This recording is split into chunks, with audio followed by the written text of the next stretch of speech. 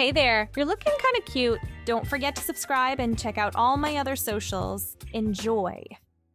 Look at this, lads, Augustus beckoned, drawing the attention of his eager fraternity brothers. They huddled around, their collective breath fogging his phone screen. Bloody hell, that's a find, Marcus exclaimed, his voice echoing the group's excitement. 5 stars, no less. Augustus's fingers, trembling with anticipation, initiated the download.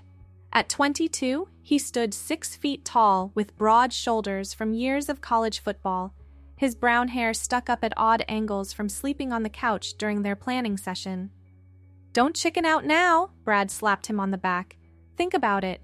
You swap with their president, embarrass her at the formal tonight, and we win prank week forever. The app finished installing. Augustus opened it to find a simple interface, just a camera viewfinder with a large swap button at the bottom. The terms and conditions popped up, thousands of words of legal jargon that he scrolled past without reading. Says here it works best when both parties are in close proximity, Augustus read from the app description, and something about syncing with their emotional state for optimal transfer. Perfect timing, then. Marcus pulled up the sorority's social media page on his tablet. Look, President Victoria just posted that she's getting ready for the formal, said she's in her room trying on dresses. Augustus knew Victoria Chen by reputation only. The business major ran Kappa Delta with ruthless efficiency, maintaining their spotless academic record and organizing charity events that made the fraternity's beer pong tournaments look juvenile by comparison. If anyone deserved to be taken down a peg, his brothers argued, it was her. They crept across the dark lawn separating the two houses. The October air bit through Augustus's gray hoodie as they positioned themselves beneath Victoria's second-floor window. Light spilled out through sheer curtains, casting shadows that moved as someone walked back and forth inside. How do we know which room is hers? Augustus whispered. Brad produced a crumpled piece of paper from his pocket. Got the room assignments from that freshman they're rushing. Corner room, second floor. That's definitely it. Augustus held up his phone, zooming in through the camera function. The curtains obscured most of the view, but he could make out a figure moving inside. The swap button glowed invitingly at the bottom of his screen. Remember the plan, Marcus reminded him. You swap in, act ridiculous at the formal, maybe spill punch on the dean's wife, then swap back before midnight. Easy. What if something goes wrong? Nothing's gonna go wrong. It's probably fake anyway. These apps never actually work. Augustus took a deep breath and pressed the button. The phone screen flashed white, then black. For a moment, nothing happened. Then the world tilted sideways, his vision blurring as every nerve in his body fired at once. The sensation hit like diving into ice water while being electrocuted. Augustus's knees buckled, but instead of hitting the ground, he felt himself dissolving, every molecule separating and streaming upward toward the lit window. His consciousness scattered into a million points of light, each one screaming as it raced through space. Then, as suddenly as it began, everything snapped back together. Augustus gasped, stumbling forward. His hands shot out to steady himself against a nearby wall, but the hands he saw weren't his own. Delicate fingers with French manicured nails pressed against rose-colored wallpaper. He looked down to find himself wearing a red cocktail dress that hugged curves he didn't recognize. The full-length mirror across the room reflected a stranger. Where Augustus's 6-foot frame should have stood, a petite woman stared back with wide eyes. Long brown hair cascaded over bare shoulders. The red dress fit perfectly on this new form, its sweetheart neckline and fitted bodice emphasizing an hourglass figure that made no sense to muscles accustomed to football pads. What the hell? The voice that emerged was high, melodic, completely foreign to ears that expected a baritone rumble. Augustus, or was it Victoria now, spun around, taking in the sorority bedroom. Everything screamed feminine elegance, a white vanity covered in makeup, a closet bursting with colorful dresses and designer shoes, textbooks for advanced corporate finance stacked neatly on a pink desk. The phone in his hand, her hand, buzzed. The Body Swap app displayed an error message. Critical system failure, connection lost. Please restart application. Augustus tapped frantically at the screen, but the app crashed completely. When he tried to reopen it, his phone showed only a generic error screen. The app icon had vanished from the home screen entirely. "No, no, no." The words came out in Victoria's voice, each syllable higher pitched than anything Augustus had ever produced. "This isn't happening!" A knock at the door made him freeze. "Victoria? You almost ready? The bus leaves in 20 minutes." Augustus recognized the voice. Stephanie, the sorority's social chair. His mind raced. The plan had been to embarrass Victoria at the formal, but he couldn't even figure out how to walk in the strappy silver heels sitting by the bed, much less navigate a social event in this body. "Just a minute," he called back, cringing at how naturally the feminine inflection came. The doorknob turned. Augustus lunged for it, but these shorter legs didn't cover distance the way his old ones did. Stephanie poked her blonde head inside, perfectly styled curls bouncing. "Oh my God, you look amazing. That dress is perfect on you." She stepped fully into the room, wearing a navy blue gown that swept the floor. "But we need to do something about your hair. Sit." Before Augustus could protest, Stephanie had him pressed into the vanity chair. She wielded a curling iron like a weapon, sectioning off the brown hair with practiced efficiency.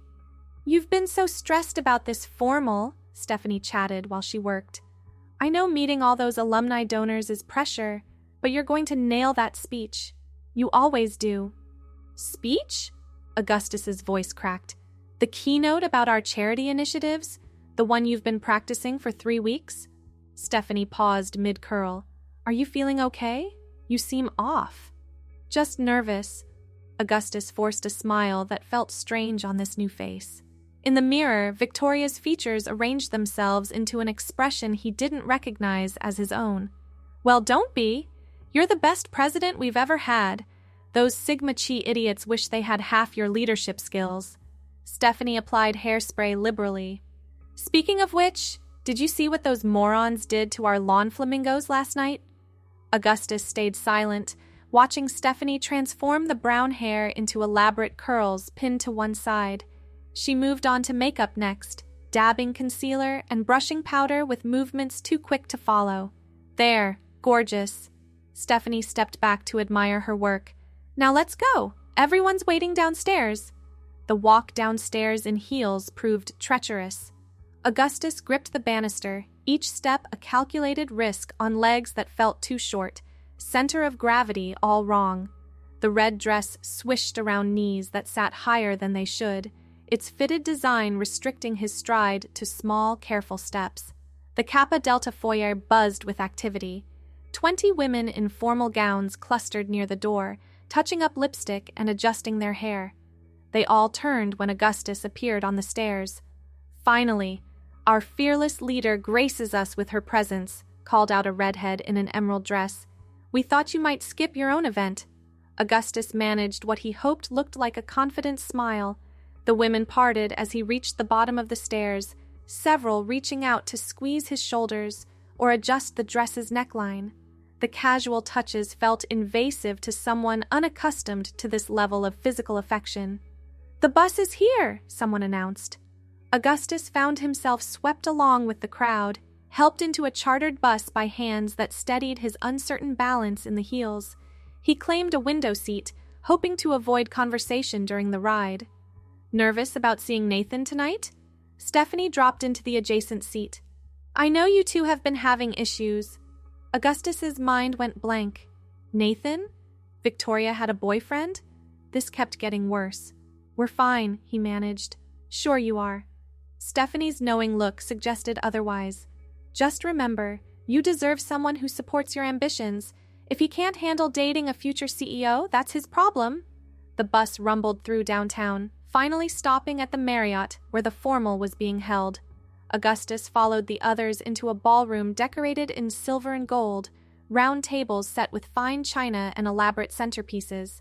A stage at the front held a podium with the Kappa Delta letters prominently displayed. "Victoria!" A middle-aged woman in a black evening gown approached, diamonds glittering at her throat. "So wonderful to see you again. Robert and I were just discussing your internship application." Augustus plastered on a smile, having no idea who this woman was or what internship she meant. The woman continued talking about quarterly projections and market analysis, words that blurred together as Augustus struggled to nod at appropriate moments. More people approached, alumni, professors, donors, all wanting to chat with the accomplished sorority president. Augustus deflected questions when possible, gave vague answers when cornered, and prayed nobody noticed Victoria's sudden personality change. "Ladies and gentlemen, please take your seats," announced the DJ. "Dinner service will begin momentarily." Augustus found his place card at the head table. The name Victoria Chen stared back at him in elegant calligraphy. He sat carefully, the dress riding up slightly, requiring an adjustment he didn't know how to make subtly. "You're fidgeting," Stephanie whispered from the next seat. "Relax, you've got this." The salad course arrived. Augustus watched the other women to see which fork to use, mimicking their delicate movements. Everything felt performative, like playing a character in a play he hadn't rehearsed. Halfway through the main course, chicken in some kind of cream sauce, the sorority advisor stood up. The gray-haired woman tapped her spoon against a water glass until the room quieted. "Before we hear from our wonderful president, I want to share some exciting news. Victoria Chen has been selected for the prestigious Morgan Stanley Summer Internship Program." The room erupted in applause. Augustus sat frozen as women hugged him from both sides, offering congratulations for an achievement that wasn't his. The real Victoria had worked for this, earned it through her own merit, and here he sat stealing her moment. "This young woman exemplifies everything Kappa Delta stands for," the advisor continued. "Academic excellence, leadership, and grace under pressure. Victoria, would you like to say a few words?" Every eye in the room turned to Augustus. He stood on unsteady legs, the heels wobbling slightly as he made his way to the podium.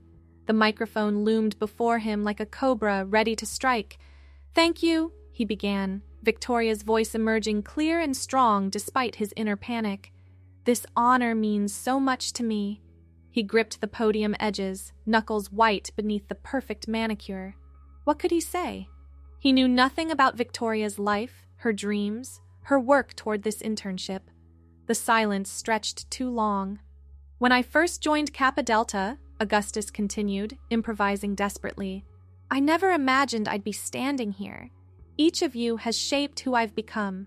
Your support, your friendship, your belief in what we can accomplish together." The words came easier as he spoke, drawing on his own experience with brotherhood, translated through this new perspective. He talked about community, about lifting each other up, about using success to create opportunities for others. The speech wasn't what Victoria had prepared, but the audience leaned in, nodding along. So while this internship is an individual achievement, it belongs to all of us. Every late-night study session, every encouraging word, every moment we've shared has led to this. Thank you for being my sisters, my family, my strength. Augustus stepped back from the podium to thunderous applause. Women dabbed at their eyes with napkins. Even the stone-faced advisor looked moved. He made it back to his seat on trembling legs, Stephanie squeezing his hand under the table. "That was beautiful," she whispered. "Way better than the boring statistics you had planned." The rest of dinner passed in a blur. Augustus picked at the chocolate dessert, his appetite gone. The app still showed error messages whenever he checked his phone. His fraternity brothers hadn't responded to any texts sent from Victoria's number. "Time to mingle," Stephanie announced as people began leaving their tables. "Major donors at 2 o'clock. Put on your charm offensive." Augustus spent the next hour shaking hands, accepting business cards, discussing futures he wouldn't live to see. The heels had rubbed blisters on feet unaccustomed to such torture. The dress's underwire dug into ribs that sat differently than before. Every sensation reminded him this body wasn't his. "There you are." A masculine voice spoke from behind. Augustus turned to find a tall man in a charcoal suit, styled black hair and uncertain expression, marking him as someone significant. This had to be Nathan, the boyfriend Stephanie had mentioned. "We need to talk," Nathan continued. "About us. Now isn't really the best time." Augustus gestured vaguely at the crowded ballroom. It's never the right time with you lately. Nathan's jaw tightened. You're always busy with sorority stuff, internship applications, networking events. When do I fit into your life, Victoria? Augustus felt trapped between two impossibilities. He couldn't have this conversation as an imposter in Victoria's body, but Nathan's hurt expression demanded some response. I'm sorry, Augustus said softly. You're right. I haven't been fair to you. Nathan's face softened slightly. I'm not asking you to choose between me and your dreams. I just want to know if I'm still part of them. The weight of the deception crushed down on Augustus. This man cared about Victoria, had built something real with her, and here stood a stranger wearing her face like a mask. I think, Augustus chose his words carefully, we both need to figure out what we really want. Maybe some space would help. Space. Nathan laughed bitterly. That's what you want? Fine. I'll give you all the space you need. He walked away before Augustus could respond, disappearing into the crowd. Guilt churned in his stomach. He'd just ended Victoria's relationship, made a choice that wasn't his to make. Oh, honey. Stephanie appeared with 2 glasses of champagne. I saw Nathan storm off. What happened? We're taking a break. Augustus accepted the glass but didn't drink. Probably for the best. You're about to start this amazing internship and long distance never works. Stephanie clinked their glasses together. To new beginnings. The rest of the formal passed in snapshots. More congratulations, more networking, more playing a role Augustus didn't understand. By the time they loaded back onto the bus, his feet screamed in the heels, and every muscle ached from holding unfamiliar postures. Back at the sorority house, Augustus climbed the stairs to Victoria's room. He kicked off the heels immediately, toes curling into the plush carpet. The red dress peeled away with difficulty, its zipper placed where arms couldn't easily reach. Standing before the mirror in Victoria's white slip, Augustus confronted the reality. The app remained broken. His phone showed no trace it had ever existed. Whatever malfunction had occurred during the swap seemed permanent. A knock interrupted his spiral. Victoria? Can I come in? Augustus grabbed a silk robe from the closet, wrapping it around this foreign body. Sure. Stephanie entered carrying 2 mugs of tea. Thought you might need this. You seemed really overwhelmed tonight. They sat cross-legged on the bed, the normalcy of the gesture at odds with Augustus's internal chaos. Stephanie chatted about the formal, who wore what, which alumni seemed most impressed by the speech. Augustus nodded along, sipping tea that tasted too sweet. I'm proud of you, Stephanie said suddenly. I know you put so much pressure on yourself, but tonight you showed everyone the Victoria I see every day. Not the perfect president or the straight-A student, but the real you. The irony burned Augustus's throat more than the hot tea. Nothing about tonight had been real, yet Stephanie found truth in the performance. Thanks, he managed. That means a lot. After Stephanie left, Augustus sat at Victoria's desk and opened her laptop. Maybe he could find the app's developer, some customer service contact, anything to reverse this disaster. Hours of searching yielded nothing. The app had vanished from the internet as thoroughly as from his phone. Dawn light crept through the windows by the time Augustus gave up. He stared at Victoria's class schedule taped to the wall. Advanced corporate finance at 8 a.m., marketing strategy at 10, leadership seminar after lunch. A life mapped out in careful detail, now his to live. The next weeks passed in a strange routine. Augustus attended Victoria's classes, taking notes on subjects he'd never studied. The academic side proved easier than expected. Victoria's organized study materials and Augustus's own intelligence combined to maintain her grades. The social aspects were harder. He learned to navigate female friendships through trial and error, discovered the unspoken rules governing sorority life. Morning meant showering with products that smelled like flowers and fruit, styling the brown hair that grew past his shoulders, selecting outfits from a closet organized by color and season. You've been different lately, Stephanie observed one evening. They sat in the common room, painting each other's nails, another skill Augustus had to acquire. More relaxed, I guess? less like you're trying to prove something. Augustus concentrated on applying pale pink polish to Stephanie's thumb. Maybe the internship acceptance helped, less pressure. Or maybe breaking up with Nathan freed you up to be yourself. The comment stung with unintended accuracy. Augustus had become himself, just not in the way anyone understood. Each day brought new challenges, remembering which sisters had which problems, maintaining Victoria's academic performance, dodging questions from her parents during weekly phone calls. The fraternity brothers never discovered what happened to Augustus. His disappearance that night became another college legend. The guy who vanished during prank week probably transferred schools in shame after chickening out. They found his phone on the lawn the next morning, waterlogged from sprinklers and completely dead. Winter arrived with finals and formals, spring with graduation preparations. Augustus walked across the stage in a white dress and cap, accepting a diploma made out to Victoria Chen. The brown hair, now reaching mid-back, swayed as he shook the dean's hand. Morgan Stanley's internship program started 2 weeks after graduation. Augustus packed Victoria's apartment in New York, arranging the business suits and dresses that had become everyday wear. The heels no longer hurt. The makeup routine took minutes instead of hours. The feminine mannerisms felt natural through repetition. "I'll miss you so much," Stephanie sobbed at the airport, squeezing Augustus tight. "Promise you'll visit." "I promise." Augustus returned the hug, meaning it. These women had become real friends, even if the foundation was built on deception. The internship challenged every assumption Augustus had about corporate life.